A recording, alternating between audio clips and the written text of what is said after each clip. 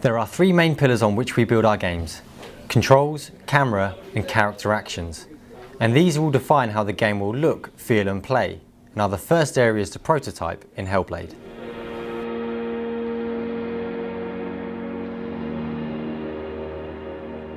Choosing a camera view was one of the first decisions to be made on Hellblade.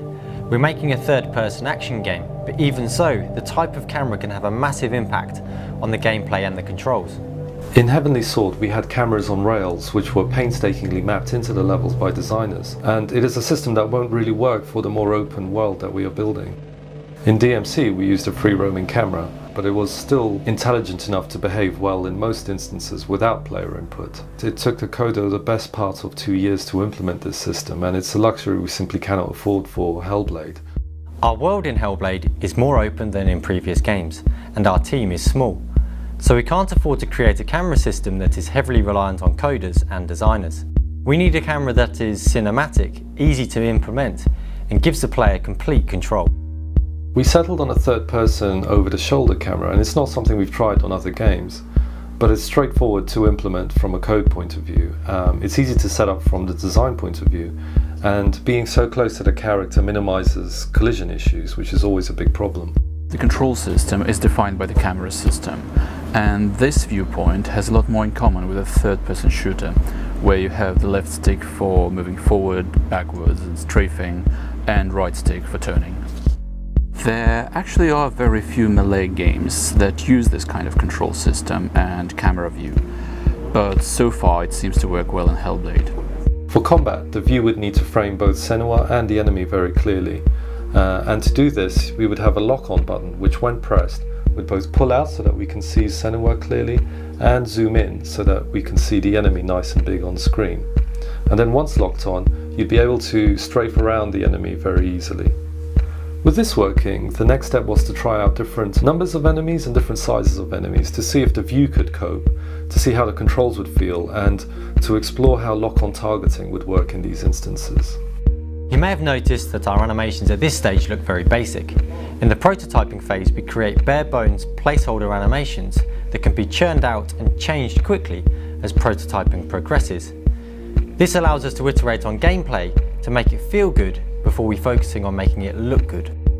To find the right look for the combat animations, we always do a thing called style tests on all of our games, so it's no different for Hellblade. And in this style test, I really wanted to capture the essence of Senua, that she should feel grounded, that there should be an anger that drives her attacks, that there's a wildness about her, but also a sense of discipline that she's achieved through years of training. Happy with the results, the next step is to cut this up into usable animations, to get them into the game to make sure we're hitting all of the right notes in terms of control and responsiveness, whilst at the same time maintaining the visual style. So while we're using Unreal Engine 4 out of the box for the most part, combat is one area where the investment in iteration is required. Mel, one of our coders, is implementing our combat engine to do just that. The battle engine will allow us to visually create a combat system. It allows us to link together animations, reactions, pad inputs, data, and all other things like visual and sound effects. The Hellblade combat system is likely to involve hundreds of animations, sound effects, visual effects, and driving these are thousands of parameters that a designer will have to tweak over and over the course of the project. So the ability to iterate rapidly and often is what will determine the quality, the precision and the responsiveness of Hellblade's combat. The system runs in real time, so the combat system can be developed live while the game is running. It's a system that will eventually allow designers and animators to create and expand the combat system without any code involvement. At its core, Hellblade will have a hardcore battle system, one that is entirely skill-based and one that the big AAA studios tend to shy away from in the pursuit of mass appeal.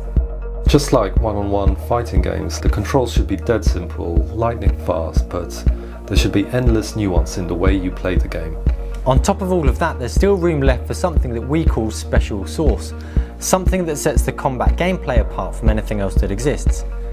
This is based on the themes that underpin the story and Senua's character, and we've already started to previs the ideas for this, which we'll be sharing in future episodes.